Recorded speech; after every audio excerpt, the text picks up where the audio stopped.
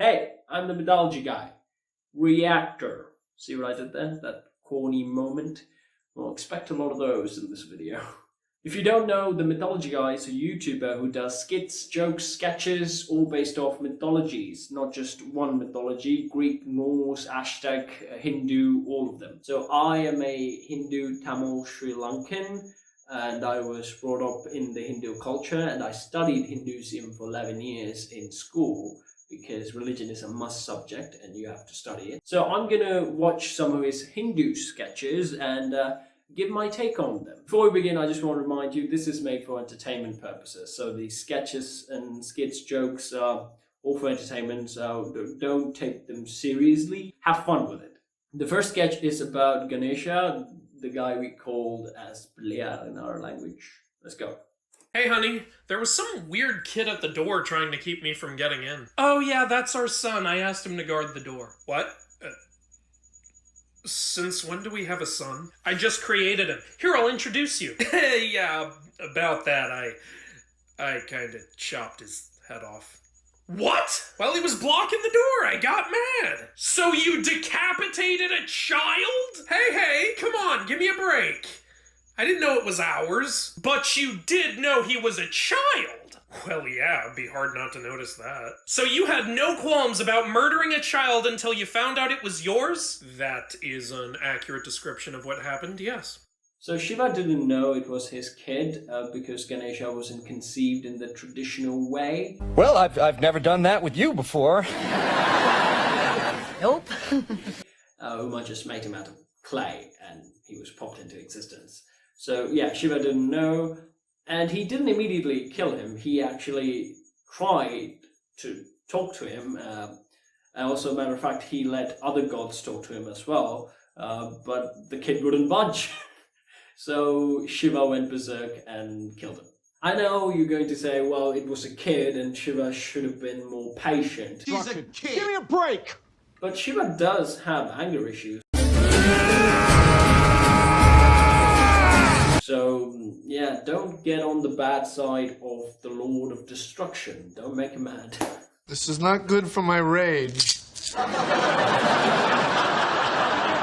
Hey honey, remember how I chopped our son's head off? Be pretty hard to forget that. Well, I got good news. I brought him back to life. Take a look. Why does he have an elephant head? Well, I wasn't gonna bring him back to life without a head, so I stuck an elephant's head on and then revived him. Why didn't you just stick his old head on and revive him? Oh.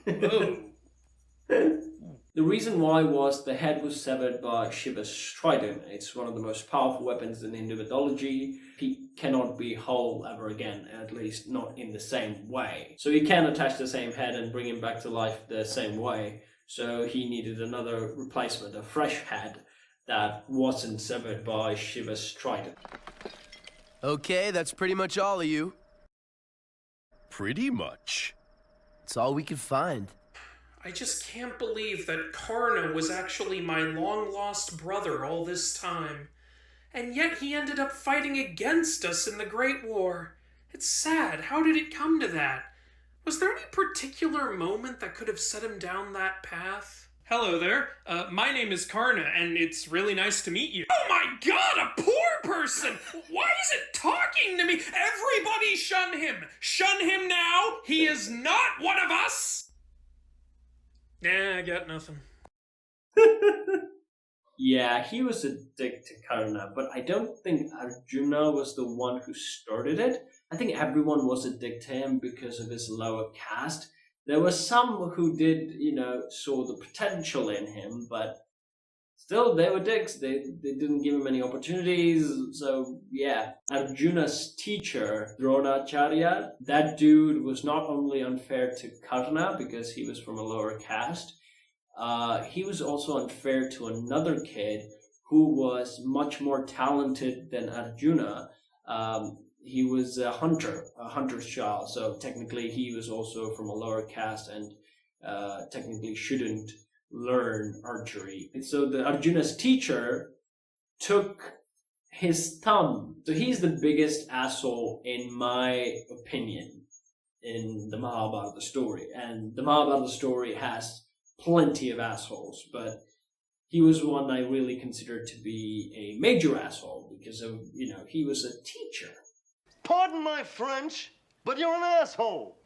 Alright, children, today we are going to learn about Hindu mythology, specifically the 5 Pandava brothers from the Mahabharata. First, there is Yudhisthira, the wisest of the brothers and their leader. Next, there is Bhim, the strongest of the brothers, slayer of all kinds of demons. Third, there is Arjun, the most skilled of the brothers. He's basically their champion. And finally, there is Nakul and Sahadev. Moving on. Yes. So Nahulan and Sahadevan pretty much got the worst superpowers when it comes to the Pandavas. But they did have their uses. One of them could speak to animals. Whoa! Hold it! Stop! You're talking, and I understand you. Which ended up saving their lives at one point, and also it pretty much helped, I think, in their whole journey. I mean, speaking to animals, but that's always a good power. He's being a douchebag. Who you calling douchebag? Douchebag? Oh, shut it, you winged rat. Dude, what? Just calm down. Just get in the car. That's right, Sally. Go cry to Mama. Oh, that's it, you son of a bitch. And also, they were both astrologists. That's not a superpower. So they were able to have some foresight on upcoming events. In my crystal ball, I can see the past, the present, and the future. Also, they were pretty good healers, and their healing potions were very effective, and they healed people from mortal injuries pretty quickly. That had a major advantage in the war, because the Kauravas were an overwhelming force. They had so many kingdoms behind their back, and the Pandavas had very few. But because of the healing potion, they were able to heal their soldiers pretty quickly. So that did have a huge impact on the war. So they had their uses. I also think Yudhishthira sucks as well, because he is the son of Yama, the god of death. But so he didn't actually have any super strength or any other cool powers or cool weapons. He was just wise and just. I am pretty wisdomous. He also not very wisdomous, I would say, because he knew the Kauravas were tricking him, but he just stayed on and played. You mean you're betting this nutball? Technically, I'm losing everything to this nutball, but I can't let that distract me from my game. In my book, he also sucks. This is the other thing that always bugged me, is that Bhiman had super strength, but he was the child of the wind god. I don't know why the wind is connected to super strength.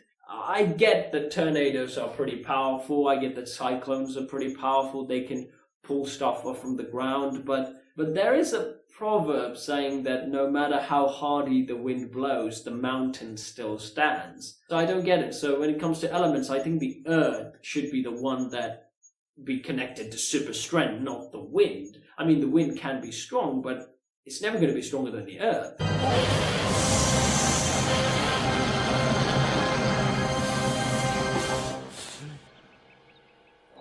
So that's about it for today. I just want to remind you that I didn't take any offense, neither should you.